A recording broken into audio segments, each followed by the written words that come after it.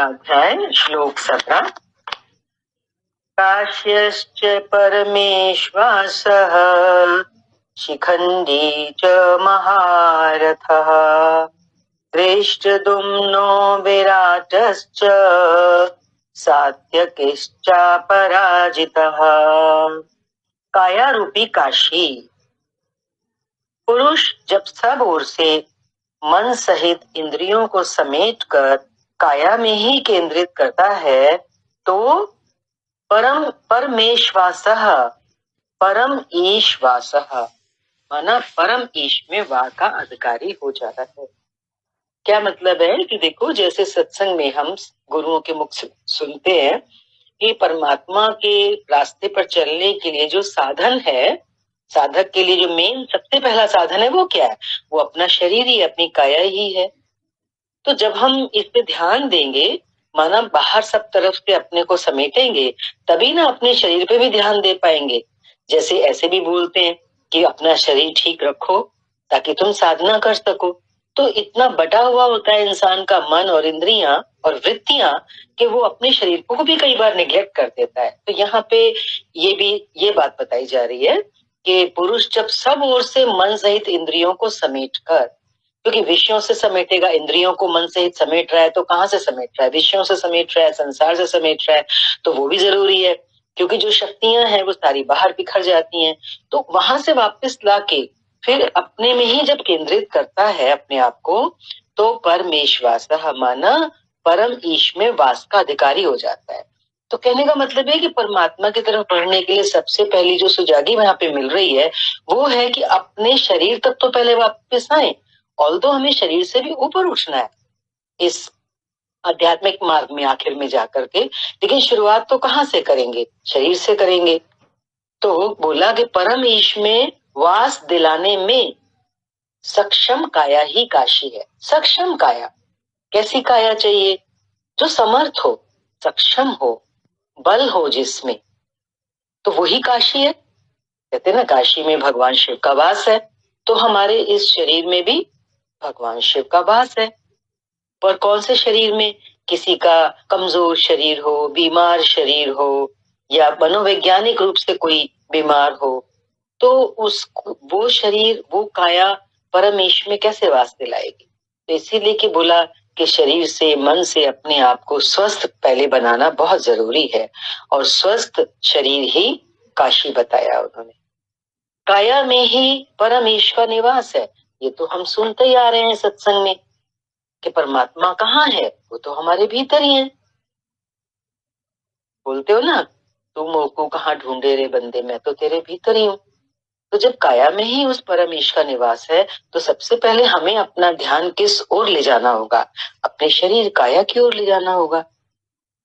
परमेश्वास का अर्थ श्रेष्ठ धनुष वाला नहीं, बल्कि परम जमा ईश जमा वास है। परमेश्वास है का मतलब श्रेष्ठ धनुष वाला मीनिंग होता है, पर यहाँ पर भगवान दूसरा मीनिंग उभार के बता रहे हैं कि परमेश्वास का मतलब है परम ईश और वास। दूसरा इसमें जो पात्र का नाम आया है वो शिखंडी का नाम आया है। शिखा सूत्र का त्याग ही शिखंडी है। शिखा में जो चोटी रखे हैं सिर के ऊपर ब्रह्मचारी लोग, और सूत्र ये जनेऊ लेने के बाद कहते हैं ना, वो कौन सा यज्ञ होता है तो उसमें जनेऊ डाला जाता है बच्चों को, सूत्र, उसको सूत्र बोल रहे हैं। तो बोला सतपुरुष ने, गुरु ने, आजकल लोग सिर के बाल कटा लेते हैं, शिखा कट गई, और सूत्र के नाम पर गले की जनेऊ हटा लेते हैं, अग्नि जलाना छोड़ देते हैं, हो गया सन्यास उनका। तो ये सब बाहर के सिम्टम्स धारण करने से कि बाल कटा लिए, जनेऊ हटा दिया, और ये अब हम अग्नि नहीं जलाएंगे, तो ये क्या सन्यास हो गया? नहीं, वस्तुत है जो शिखा है, जैसा कि हम पीछे से देखते आ रहे हैं कि सारे पात्रों का जो नाम है वो प्रतीकात्मक है। तो यहाँ पर जो शिखंडी नाम के पात्र का आ रहा है जिक्र, उसमें क्या मीनिंग बता रहे हैं? शिखा लक्ष्य का प्रतीक है। शिखा चोटी को बोलते हैं, मंजिल को बोलते हैं। तो जहां हमें उस चोटी तक पहुंचना है, ये शिखा उस लक्ष्य का प्रतीक है। पर लक्ष्य क्या है यहाँ पर? परमेश्वर, जिसे आपको पाना है। अब पाना तो परमात्मा को है, वो हमारी शिखा है, मंजिल है। और इसमें सूत्र क्या है? शिखा सूत्र, शिखंडी आया ना। और सूत्र है संस्कारों का धागा। सूत्र धागे को बोलते हैं, जनेऊ में धागा होता है। तो यहाँ पे कौन सा धागा है? संस्कारों का। जब तक आगे परमात्मा को पाना शेष है और पीछे संस्कारों का सूत्रपात लगा हुआ है, तब तक त्याग कैसा? अभी परमात्मा को पाया नहीं, मंजिल तक पहुंचे नहीं, और हमारे पीछे हमारे जन्मों के संस्कार भी लगे पड़े हैं, उनसे हम प्रभावित होते हैं कदम कदम पर। तो इस बीच में त्याग कैसा? कि बाल कटा लो, जनेऊ हटा लो, अग्नि जलाना छोड़ दो, ये सब मैंने त्याग कर दिया, मैं सन्यासी हो गया। ऐसे नहीं, आगे कह रहे हैं सन्यास कैसा? जब तक ये सब है कि हमारी मंजिल हमें नहीं मिली, संस्कारों से हम मुक्त नहीं हुए, तब तक सन्यास कैसा? तब तक तो हम पथिक हैं। नॉर्मल नेचुरल जीवन जीकर ही हम ये रास्ता पार कर सकते हैं। अभी तो चलने वाले पथिक हैं। जब प्राप्तव्य प्राप्त हो जाए, प्राप्तव्य मीन्स परमात्मा प्राप्त हो जाए, पीछे अब यहाँ परमात्मा की प्राप्ति को बाहर नहीं समझ लेना है हमने।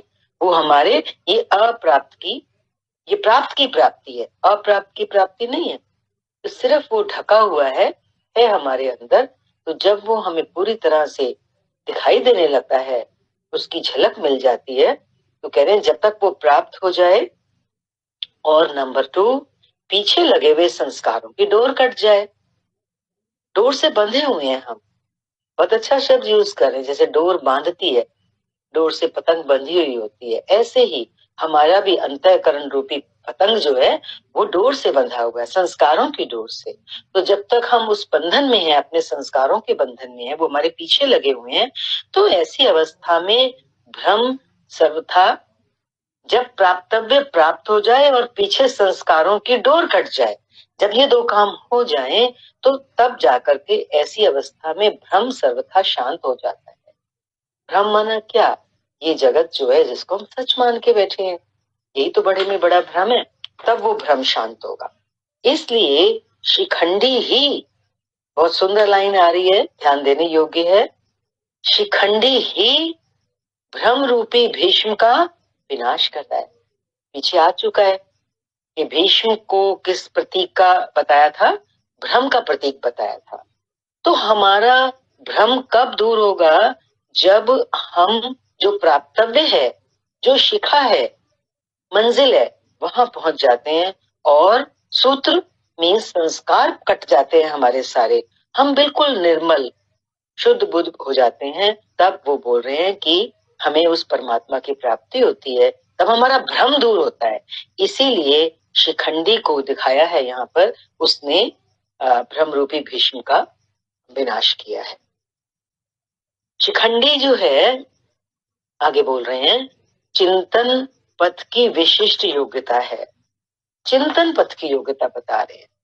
हम जब परमात्मा को पाने चले हैं, इस साधना में अपने को लगाया है, तो शिखंडी को विशिष्ट योग्यता के नाम से बुला रहे हैं। क्या कह रहे हैं? चिंतन पथ की माना क्या? हमारा जो ये पथ है, इसमें हमेशा हमारे अंदर चिंतन तो चलेगा ही, बिना चिंतन के तो होगा नहीं। तो चिंतन कौन सा? परमात्मा का। शिखा, शिखंडी की बात आ रही है ना, शिखंडी को विशिष्ट योग्यता वाला बता रहे हैं, महारथी बता रहे हैं। शिखंडी चिंतन पथ की विशिष्ट योग्यता है, महारथी है। वो बहुत बड़ा योद्धा था शिखंडी, तभी तो युद्ध में आया, शामिल हुआ। तो अब यहाँ पर हमारा जो विशिष्ट योग्यता है वो क्या है? वो है कि हमारा चिंतन हर पल उस परमात्मा का रहता है। चिंतन पथ की ये खास योग्यता बता है। तो अगर हम इस परमात्मा के रास्ते चले तो हर समय हमें वो याद रहे, और हर समय हमारा ध्यान इस तरफ रहे कि कौन से संस्कार मेरे पीछे अभी लगे हुए हैं। यदि अभी भी हम संस्कारों से घिरे हुए हैं, तो फिर वो तो जो चीज हम पाने चले उसमें तो रुकावट आएगी। बाधा बनेगी, बनते हैं हमारे संस्कार। और ये साधक देखता भी है अपनी जिंदगी में कि अभी थोड़ा आगे बढ़ता है, फिर देखता है कि मैं किसी अपने पुराने संस्कार का शिकार हो गया। कोई भी चीज ले लीजिए, कहने की कोई जरूरत नहीं है, नाम गिनाने की जरूरत नहीं है। अपनी दैनिक जिंदगी में भी हम देखते हैं कितनी चीजों के हम आदी होते हैं, तो उनसे उठने में तो समय लगता है ना। तो धीरे धीरे जब हम साधना करते हैं, सत्संग का संग करते हैं, गुरु के चरणों में बैठते हैं जाकर के, तो आहिस्ता आहिस्ता हमारे संस्कार जो है वो कटते हैं जरूर, लेकिन साथ साथ बीच में वो तंग बाधा के रूप में रास्ते में रुकावट भी डालते हैं। तो इसीलिए बोला कि इसको विशिष्ट योग्यता बताया कि एक नजर हमारी हमारे संस्कारों पे रहती है। अच्छा, आज मेरी इस चीज ने मुझे रुकावट डाली, तो फिर साधक जो है, योगी जो है, उसके ऊपर वर्क करता है, ध्यान देता है, चिंतन करता है उस चीज का। हम अपनी एक बार इस रास्ते पर आने के बाद हम अपनी किसी भी भूल को जल्दी से माफ नहीं करते, इग्नोर नहीं करते हैं। हो जाती है भूल, लेकिन फिर संकल्प करते हैं कि ये भूल दोबारा ना हो। तो वो चिंतन पर चिंतन हो गया ना। संस्कारों पे ध्यान दिया और प्राप्तव्य अपनी शिखा पर, अपनी मंजिल पर एक नजर रखी। तो ये भी तो चिंतन है, बहुत बड़ा चिंतन है। मेरे अंदर उसी का चिंतन चल रहा है, परमात्मा का, और मेरे अपने कौन से संस्कार अभी मुझे परेशान करते हैं। ये बहुत बड़ी योग्यता है, हर किसी के अंदर नहीं होता है। हर इंसान नहीं ध्यान देता है, सत्संग भी जाता है, पूजा पाठ भी करता है, मंदिर भी जाता है, लेकिन कैसे कैसे उसके संस्कारों से वो उनका शिकार बना रहता है, ये मनुष्य को समझ ही नहीं आती बात। तो गीता हमें उसके लिए बहुत सुझाव कर रही है, उसको महारथी बता रहे हैं। अगला पात्र है धृष्टुम। धृष्टुम को क्या कह रहे हैं? दृढ़ और अचल मन, है ना। इस रास्ते पर चलने के लिए कैसा मन चाहिए? बड़ा दृढ़ चाहिए, अचल, चलायमान ना हो किसी भी बात में। इंसान की जिंदगी में क्या नहीं आता, दुख आते हैं, बीमारियां आती हैं, परेशानियां आती हैं, नुकसान फायदे आते हैं, कभी कुछ आता है, कभी कोई मौत आ जाती है। तो कैसा मन होवे अगर हम इस रास्ते पर बढ़े हैं, तो हमारा मन अचल होवे, डिगे नहीं, कभी भी डुलायमान नहीं हो, डामाडोल नहीं होवे। अगला पात्र का नाम ले रहे विराट। विराट, सर्वत्र विराट ईश्वर का प्रसार देखने की क्षमता इत्यादि दैवी संपत्ति के प्रमुख गुण हैं। सर्वत्र विराट ईश्वर का प्रसार, चारों तरफ कण कण और क्षण क्षण में बोलते हैं ना महापुरुष, डाली डाली, पत्ता पत्ता, एक एक टहनी में, एक एक जीव में, पशु में, पक्षी में, कीट में, पतंग में, सर्वत्र उस ईश्वर का, विराट ईश्वर का प्रसार, उसका दर्शन देखने की जो क्षमता है, जो योग्यता है, वो दैवी संपत्ति के प्रमुख गुण है। तो ये धीरे धीरे विकास होता है इस गुण का। पहले तो हमें नहीं नजर आती वो चीज, वो झलक परमात्मा की नहीं मिलती, पर आहिस्ता आहिस्ता होने लगता है। जितना भी हो, इसमें भी कोई जल्दबाजी नहीं है कि हमें चारों तरफ परमात्मा का दर्शन क्यों नहीं आ रहा। हमें तो जड़ अलग, चेतन अलग, पेड़ अलग, पौधे अलग, पत्थर अलग दिखता है। और वो ज्ञान जितना जितना परिष्कृत होगा, अंदर में खुलेगा, तो उसमें हमें कोई दम लगाने की जरूरत नहीं है कि मुझे परमात्मा दिखे, क्योंकि परमात्मा दिखने की तो कोई चीज है ही नहीं। वो तो एक भाव है कि सर्वत्र ईश्वर ही है। एक बार वो भाव दृढ़ हो गया तो मन उसमें अचल हो जाता है। फिर आगे बोला सात्विकता ही सात्विकी है। सात्विकी भी एक और पात्र है सेना का, तो वो किसका प्रतीक है? सात्विकता का। तो साधक के जीवन में, योगी के जीवन में सात्विकता होवे, हर तरह से हमारा सोचना, बैठना, उठना, रहना, बोलना सात्विक होवे। माना क्या? खाली इतना ही नहीं बैठना उठना, सत्य के चिंतन की प्रवृत्ति होवे। चिंतन के बिना तो इंसान एक पल भी नहीं रहता। तो प्रवृत्ति फिर उसकी कैसी हो जाती है योगी की, साधक की? सत्य के चिंतन। माना क्या? एक आम व्यवहार में भी जब वो चिंतन करेगा, कुछ सोचेगा, डे टू डे लाइफ का भी, तो वो किसको आधार बना के चिंतन करेगा? सत्य को आधार, कि राइट क्या है। उसको कहते हैं राइटियस थिंकिंग, सही सोच का डेवलपमेंट करेगा। अर्थात सात्विकता यदि बनी है तो कभी गिरावट नहीं आने पाएगी। देखो ना, जैसी हमारी सोच होती है वैसे ही हम बन जाते हैं। तो अगर हमारी सोच सात्विक होगी तो फिर कह रहे हैं आगे कभी गिरावट नहीं आएगी। हमारी सोच ही तो हमें गिरा देती है। इस संघर्ष में पराजित नहीं होने देगी। तो सात्विकता का बहुत महत्व बता रहे हैं कि ये जो दैवासुर दैवी संपद आसुरी संपद का जो संघर्ष है, इसमें उस साधक की कभी हार नहीं होती है, जो अपने आप को, जिसकी नींव किस पर है, सात्विकता पर, सत्य पर है, सत्य पर खड़ा होकर चलता है वो। श्लोक नंबर 18। द्रुपदो द्रौपदेयाश्च सर्वशः पृथिवीपते सौभद्रश्च महाबाहो शंखान् दद्मुः पृथक पृथक। अचल पददायक द्रुपद, अचल पद को देने वाले द्रुपद और ध्यान रूपी द्रौपदी के पांचों पुत्र। द्रौपदी को किसका प्रतीक बता रहे हैं? ध्यान रूपी द्रौपदी, ध्यान का प्रतीक बताया। और द्रुपद जो पात्र हैं उसमें पांडवों की सेना में, उनको अचल पददायक बताया। कैसा पद होवे हमारा, हमारा कदम कैसा होवे, अचल होवे, और हमारा जो ध्यान है वो एकदम प्रगाढ़ होवे। ध्यान रूपी द्रौपदी, द्रौपदी को उस रूप में लिया यहाँ पे। और फिर उसके पांचों पुत्र, पांच पुत्र कौन से? सहृदयता, हृदय में सहानुभूति होवे, वात्सल्य, जैसे माँ का बच्चे के लिए प्रेम होता है, पुत्र के लिए प्रेम होता है, ऐसी अंतःकरण में हमारी वृत्तियां हों, वात्सल्य से परिपूर्ण, सहृदयता से परिपूर्ण, लावण्य, सौम्यता, स्थिरता, है ना। सौम्यता एक गंभीरता को बोलते हैं, अच्छे फॉर्म, अच्छी सेंस में गंभीरता। लावण्य भी एक सुंदरता के लिए आता है, कितने उसके फेस पे बड़ा लावण्य है, प्योरिटी है। स्थिरता, चंचल नहीं है मन। ये सभी पांचों गुण जो है द्रौपदी के, जो पांचों पुत्र के जो प्रतीक बता रहे हैं, कह रहे इत्यादि साधन में ये सब दैवी गुण जो हैं, ये साधन में, साधक के जीवन में महान सहायक महारथी।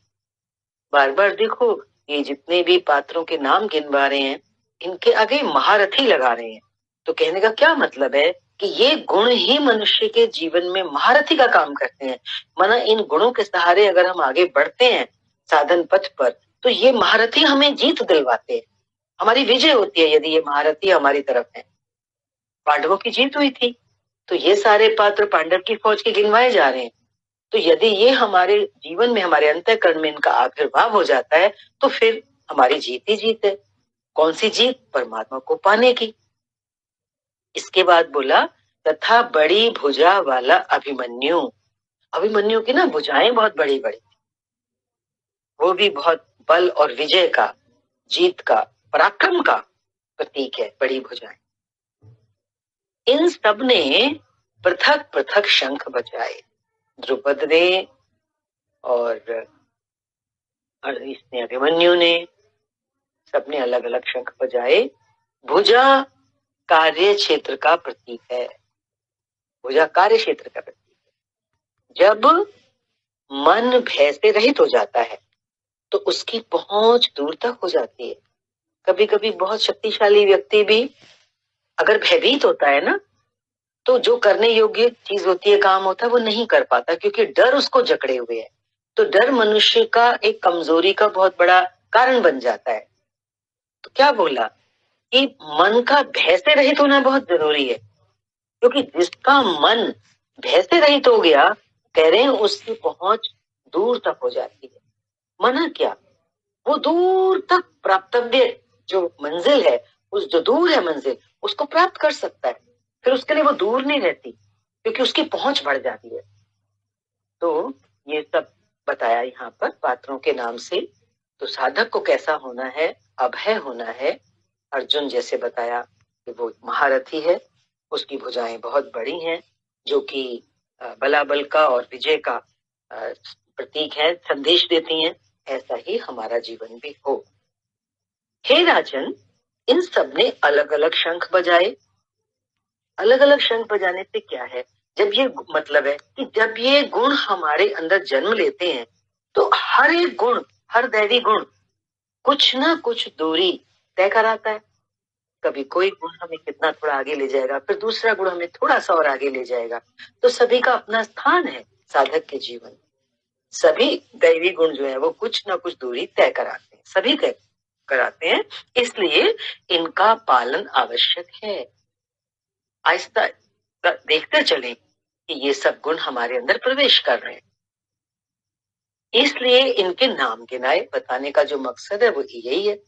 इसके अतिरिक्त अब ये सारे दैवी गुण गिनाने के बाद जो साधक के लिए बहुत ही सहायक हैं, मंजिल तक पहुंचने के लिए, मार्ग को तय करने के लिए, आगे कह रहे हैं, लेकिन इसके अतिरिक्त इन सब महारथियों की सहायता के अतिरिक्त कुछ दूरी ऐसी भी है जो मन बुद्धि से परे। दैवी संपत्ति की जरूरत तो हमें अपने मन बुद्धि को संवारने के लिए थी ना, तो लेकिन कुछ दूरी ऐसी है जो मन बुद्धि से परे है। कहने का क्या मतलब है, वो जीव के, साधक के अपने हाथ में नहीं। फिर वो दूरी कैसे तय होती है? भगवान स्वयं ही अंतःकरण में विराज कर तय करा दे। उस दूरी को तय पार कौन कराता है? भगवान स्वयं कर। देखो ना, अर्जुन के जीवन को जब हम देखते हैं तो महाभारत का जो युद्ध है वो कैसे जीत पाया?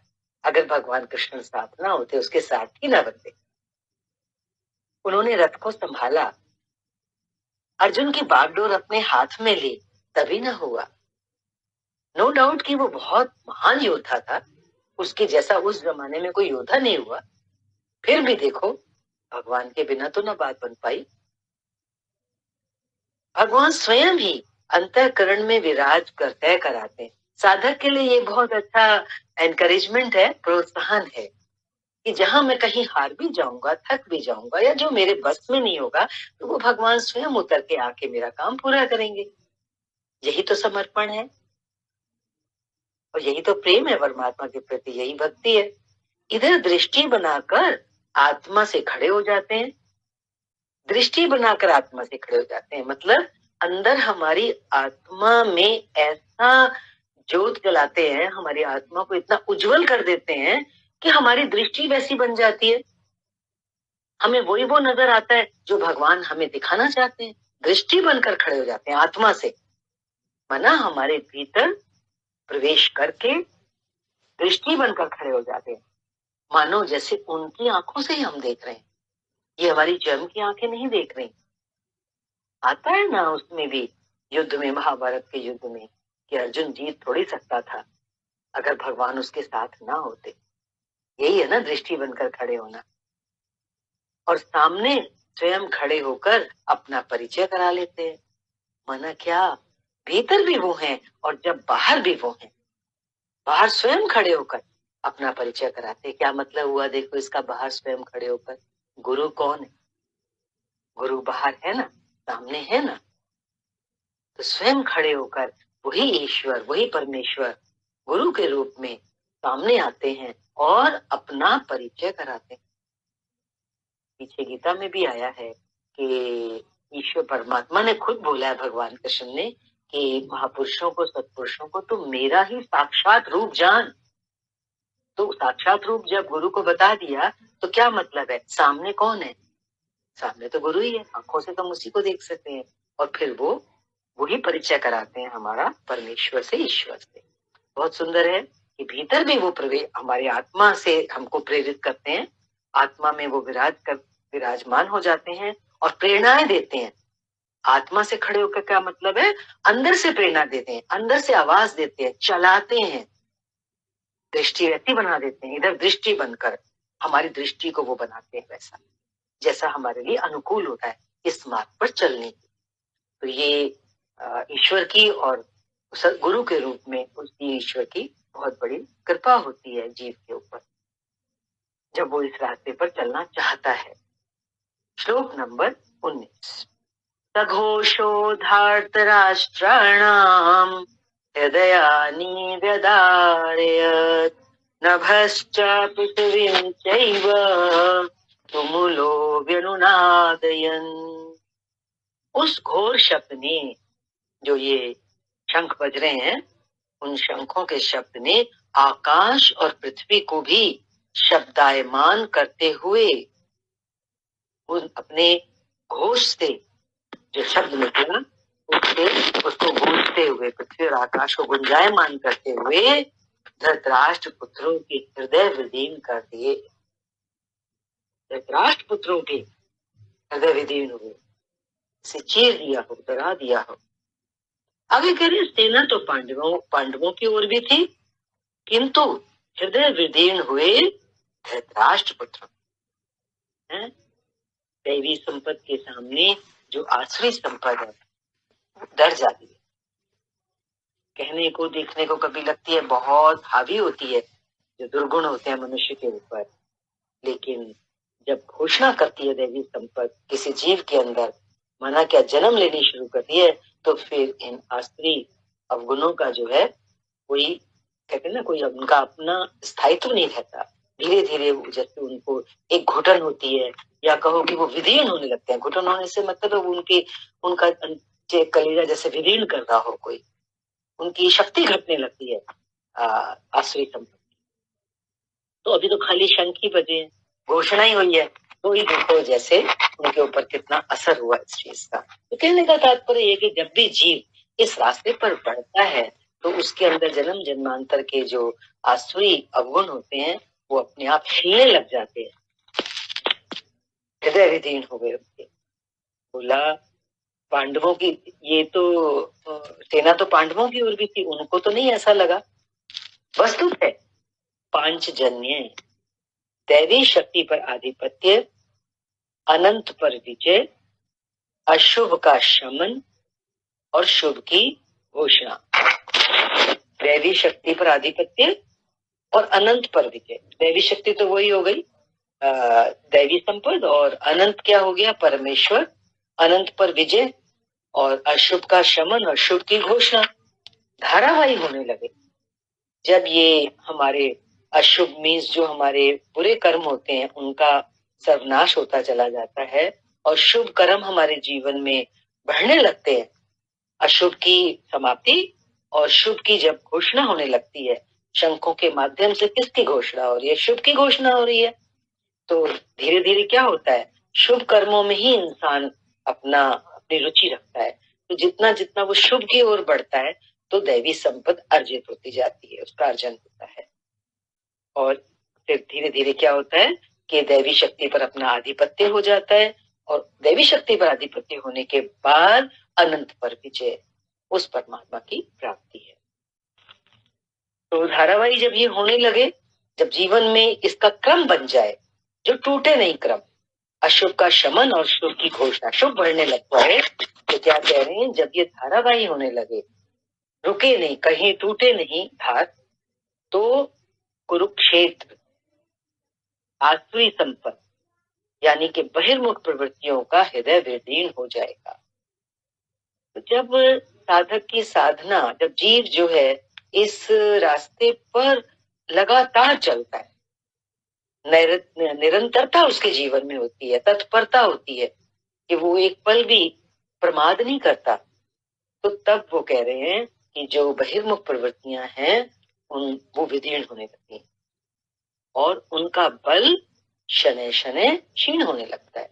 यही तो, इसी चीज की तो जरूरत है कि जो आसुरी संपद है, जो बहिर्मुख प्रवृत्तियां हैं, जो कुरुक्षेत्र है, आसुरी संपत्ति से भरा हुआ जो मैदान है वो उसको क्या बोलते हैं, कुरुक्षेत्र। और जहाँ दैवी संपद है उसको बोला था पीछे धर्म क्षेत्र। धर्म क्षेत्र कुरुक्षेत्र में शुरू में क्लियर कर दी थी ये बात। तो वो कह रहे हैं कि कुरुक्षेत्र आसुरी संपद बहिर्मुख प्रवृत्तियों का हृदय विदीर्ण हो जाएगा। कहने का क्या मतलब है कि उनका बल शनै शनै क्षीण होने लगता है।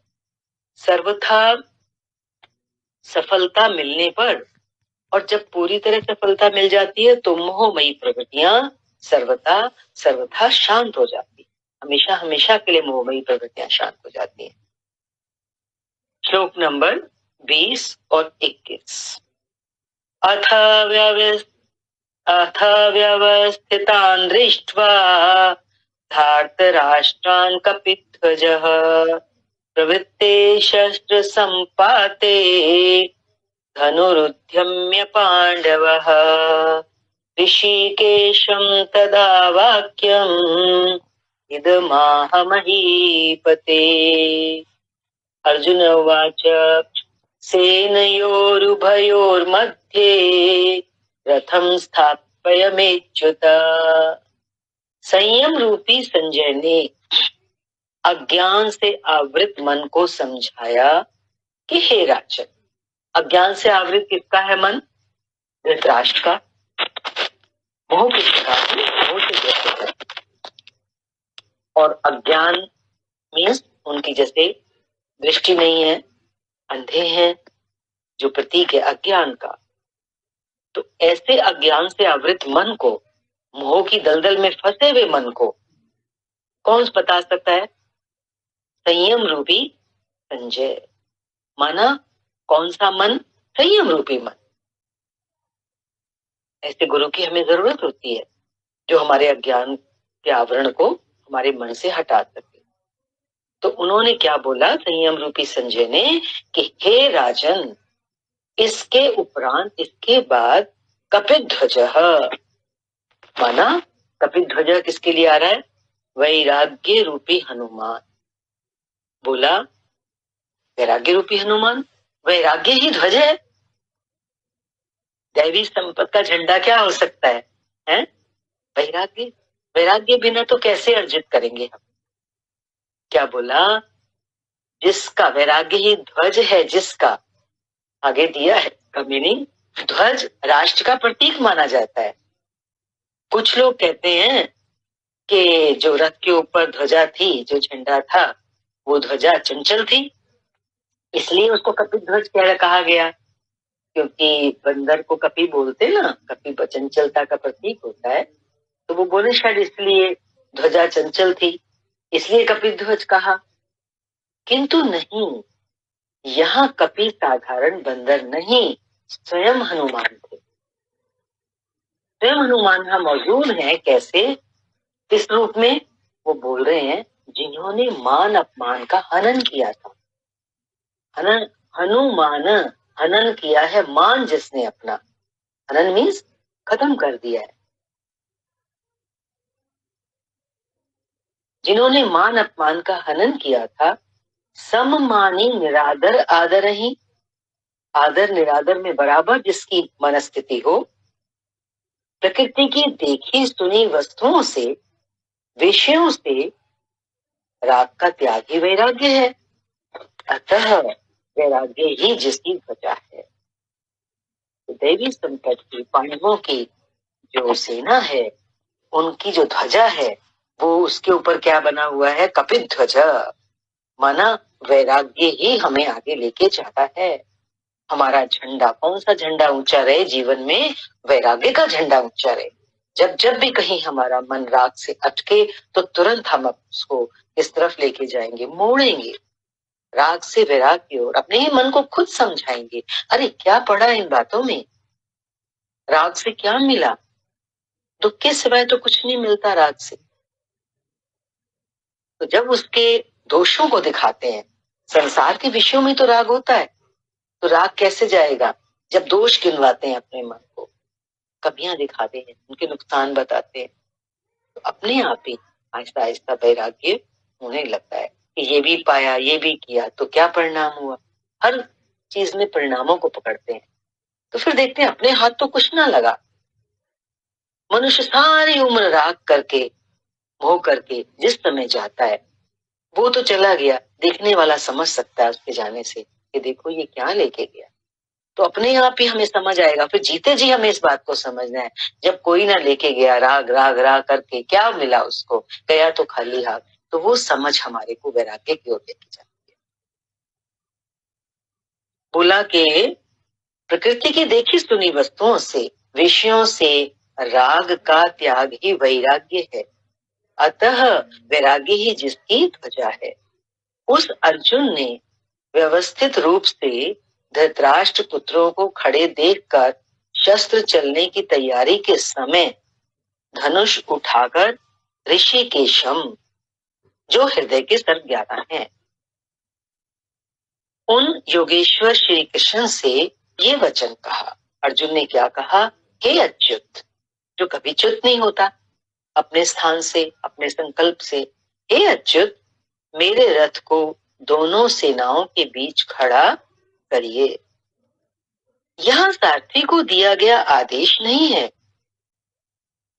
इष्ट ब्रैकेट में लिखा सदगुरु, इष्ट से की गई प्रार्थना है।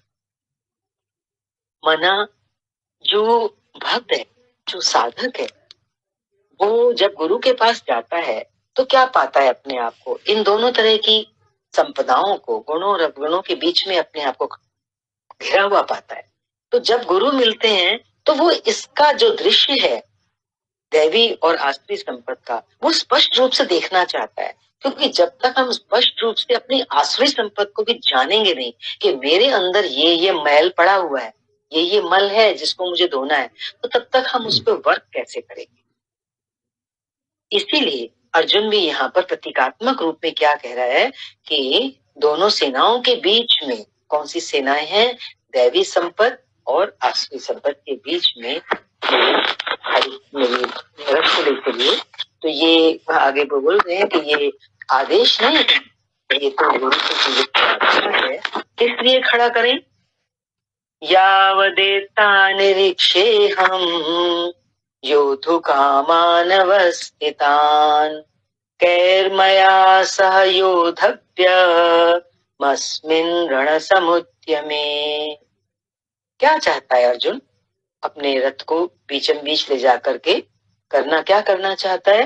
कह रहा है जब तक मैं इन स्थित हुए युद्ध की कामना वालों को, दोनों ही फौजें युद्ध की कामना से आई हैं, युद्ध की कामना वालों को अच्छे प्रकार देख न लूं कि इस युद्ध के उद्योग में, ये युद्ध तो मुझे करना है और पूरा उद्योग करना है, पूरा भरसक परिश्रम करना है, प्रयत्न करना है। तो जब तक मैं अच्छी तरह देख न लूं कि मुझे किन किन के साथ युद्ध करना योग्य है, इस युद्ध व्यापार में मुझे किन किन के साथ युद्ध करना है, आखिर मुझे करना क्या है, मेरे सामने जो युद्ध आया है, तो उसके बारे में पूरी जानकारी मैं पहले लेना चाहता हूँ। उसके लिए उसने प्रार्थना की भगवान कृष्ण से। हरि ओम।